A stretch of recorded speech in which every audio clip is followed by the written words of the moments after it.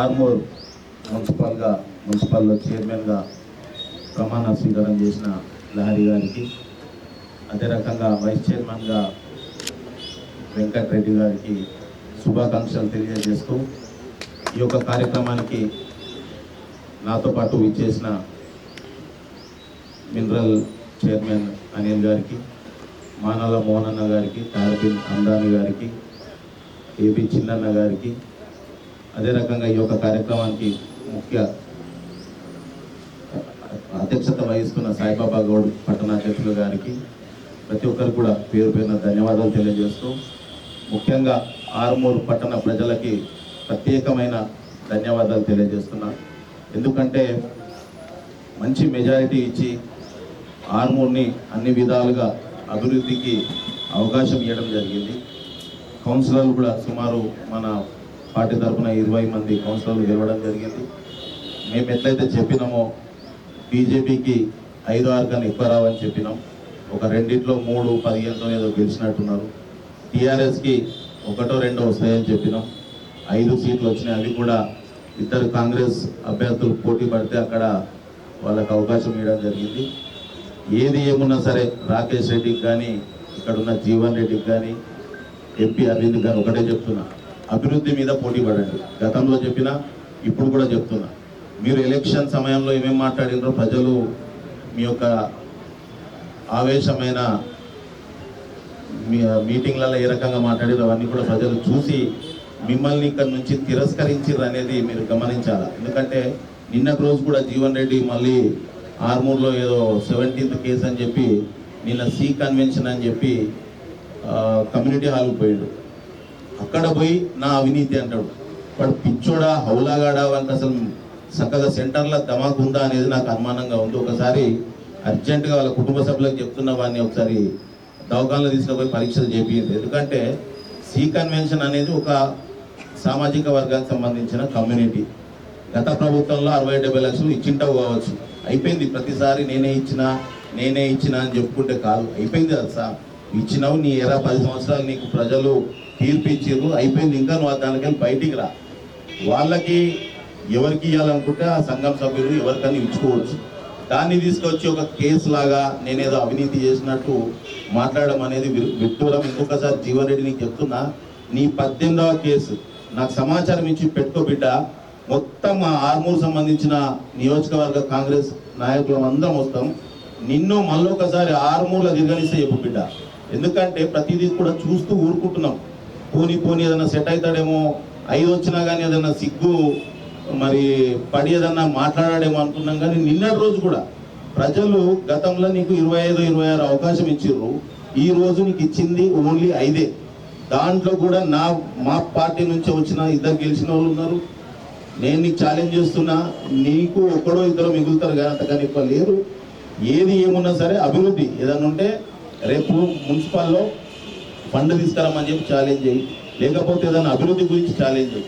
అంతేగాని ఇష్టం వచ్చినట్టు మాట్లాడితే చెల్లదని చెప్పి కూడా జీవన్ రెడ్డిని హెచ్చరిస్తున్నా. ఇక రాకేష్ రెడ్డి ఉన్నాడు, ఎలక్షన్ సమయంలో మన అభ్యర్థుల్ని రకరకాలుగా భయభ్రాంతులు చేసిండు. ఒక్కొన్నేమో పొడిచేస్తా చౌరస్తాలు అంటాడు, ఇంకొకళ్ళనేమో 4 కట్ చేస్తా అంటాడు. ఇవన్నీ గమనించి ప్రజలు మంచి తీర్పిచ్చిరని నేను అనుకుంటున్నా. ఇంకొకసారి రాకేష్ రెడ్డి నీకు ఒక మంచి ఏదైతే నేను చెప్పాలదలుచుకున్నానో, నువ్వు అభివృద్ధిలో పోటీ పడు. నువ్వు కేంద్రం నుంచి ఏం నిధులు తీసుకొస్తావు, ఏం చేస్తావు అనే దాని మీద పోటీ పడు. మేము తీసుకొచ్చిన నిధుల్ని పట్టుకొని మేమే తీసుకొచ్చామని చెప్తూ ఎలక్షన్ సమయంలో సుమారు 650 కోట్ల నిధులు తీసుకొచ్చినా అని చెప్తాడు. మళ్ళీ ఇదే రాకేష్ రెడ్డి అసెంబ్లీలో నాకు అధ్యక్ష 90 లక్షల రూపాయలు ఇచ్చిండ్రు అని చెప్పి అసెంబ్లీలో అదైతే రికార్డెడ్ ఎవిడెన్స్ ఉంటుంది, అక్కడ మాట్లాడతాడు. అంటే వాడిని సెంటర్లో లేదు. నేను గతంలో కూడా చెప్పిన, అపరిచితుడు అనేది ఎట్లయితే సినిమాలో వాడు ఎట్లయితే హీరో వాడు కామెడియన్ ఉంటాడో, ఆ రకంగా ఆర్మూర్ ప్రజలు నిన్ను ఒక అపరిచితుడు లాగానే చూస్తున్నారు అనేది నువ్వు గమనించాలి. ఏది ఏమున్నా నీకు మళ్ళీ చెప్తున్నా, మీ అరవింద్ ఉన్నాడు, పెద్ద మాటలు మాట్లాడతాడు. ఓన్లీ ఎలక్షన్ సమయంలోనే వస్తాడు, మళ్ళీ ఎలక్షన్ కాగానే పోతాడు. మళ్ళీ నెక్స్ట్ ఎప్పుడు వస్తాడంటే ఎమ్మెల్యే ఎలక్షన్లో వచ్చి కొన్ని డైలాగులు కొట్టి కొంత మన ఇచ్చేసుకొని పోతాడు తప్ప ఎక్కడ కూడా. గతంలో ఆర్మూర్లో 6 బీజేపీ కౌన్సిలర్లు గెలిస్తే ఎవరు కూడా పోటీ చేయని పరిస్థితి. అరవింద్, నువ్వు ఒకసారి అన్ని ఆలోచన చేయి. ఏం జరుగుతుంది అనేది ఆలోచన చేయు. ఏదున్నా సరే మీరు అభివృద్ధికి నిధులు తీసుకురండి. కేంద్రం నుంచి ఎన్ని నిధులు తీసుకొచ్చినా మేము స్వాగతిస్తాం. మా కౌన్సిలర్లతో మీకు సన్మాన కార్యక్రమం కూడా పెట్టిస్తాం. మా చైర్మన్తో అందరితో కూడా కేంద్రం నుంచి నిధులు తీసుకురాం. అంతేగాని మేము తీసుకొచ్చిన దాన్ని పట్టుకొని డ్రామాలు చేస్తే మాత్రం ఊరుకునేది లేదని చెప్పి కూడా ఈ సందర్భంగా తెలియజేస్తున్నా. ముఖ్యంగా ఆర్మూర్ పట్టణ ప్రజలకు మరొకసారి ధన్యవాదాలు తెలియజేస్తూ, మనం కూడా సుమారు 50 కోట్ల నిధులతోని ఆల్రెడీ ఆర్మూర్ పట్టణంలో ప్రతి వార్డులలో సీసీ రోడ్లు, బీటీ రోడ్లు, డ్రైనేజెస్ అవన్నీ కూడా చేసినాం. అంతేకాకుండా 43 కోట్లతోని అమృత్ 2 కింద ఆల్రెడీ వాటర్ ట్యాంక్స్ 3 ట్యాంకులు కూడా 10 లక్షల ట్యాంకులు కూడా ఆల్రెడీ కన్స్ట్రక్షన్ స్టార్ట్ అయినాయి. ఒక 6 నెలల్లో అవి కూడా కంప్లీట్ చేస్తే వచ్చే 30-40 సంవత్సరాలకు గాను ఎక్కడ కూడా నీటి ఎద్దడి లేకుండా ఆ యొక్క కార్యక్రమం 43 కోట్లతో తీసుకోవడం జరిగింది. దానికి కూడా చాలా స్పీడ్గా వర్క్స్ జరుగుతున్నాయి. ఇవే కాకుండా మన ఎలక్షన్ కన్నా జస్ట్ బిఫోర్ 18,70,00,000 రూపాయలు UIDF కింద ఇవ్వడం జరిగింది. అవి కూడా టెండర్ ప్రాసెస్ అయిపోయినాయి.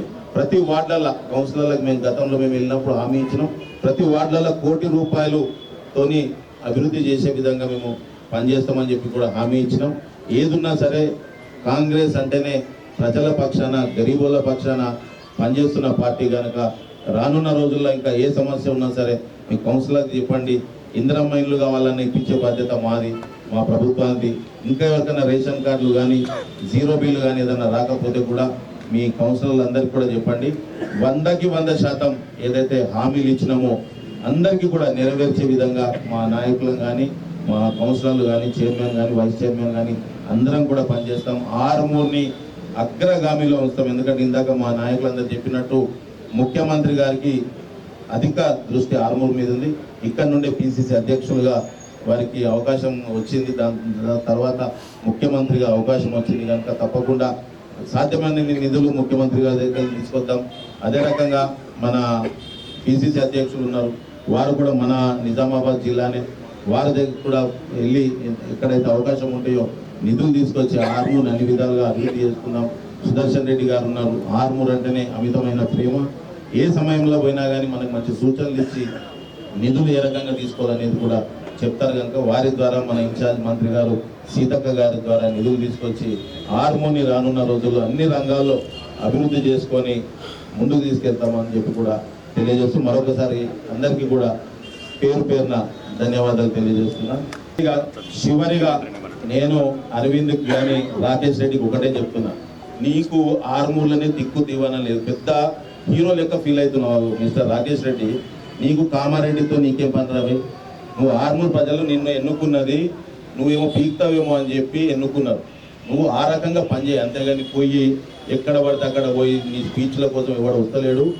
నిన్ను ఒకటే కోరుతున్నా, ఆర్మూర్లో నువ్వు ఏం అభివృద్ధి చేస్తావు, ఏం చేస్తావో దాని మీద నువ్వు మాట్లాడు. అంతేగాని ముఖ్యమంత్రి గారి మీద మాట్లాడినా, ఇంకా కాంగ్రెస్ పార్టీ మీద మాట్లాడితే మాత్రం నిన్ను గల్లీలో ఉరికిస్తామని చెప్పి కూడా ఈ సందర్భంగా తెలియజేస్తూ అరవింద్కి కూడా చెప్తున్నా, ఇప్పటిదాకా నీ చెల్లింది కావచ్చు అన్ని రకాలుగా ఏది ఇందాక హిందూర్ అనో ఏదో అని చెప్పి మొన్న ఎలక్షన్ నడిపించినావు. అట్లా కాదు, ఏదున్నా కేంద్రం నుంచి నిధులు తీసుకురా. ఆర్మూర్కి నువ్వేమేం చేసినావో ఒక శ్వేతపత్రం రిలీజ్ చేయి. అరవింద్ కానీ, రాకేష్ రెడ్డి కానీ. ఈ 2 సంవత్సరాలు రాకేష్ రెడ్డి ఏం చేసిండు, ఈ 7 సంవత్సరాల పార్లమెంట్ MP అయినాక గతంలో హైయెస్ట్ మెజారిటీ ఆర్మూర్ నుంచి ఇచ్చారు కనుక అరవింద్కి చెప్తున్నా, నువ్వు అధిక నిధులు ఆర్మూర్కి కేంద్రం నుంచి తీసుకొచ్చి అభివృద్ధిలో మాకు సహకరించాలా. కానీ ఇంకొకసారి మా ముఖ్యమంత్రి గారి మీద కానీ పార్టీ మీద కానీ మాట్లాడితే మాత్రం బాగుండదని చెప్పి కూడా ఈ సందర్భంగా తెలియజేస్తాను.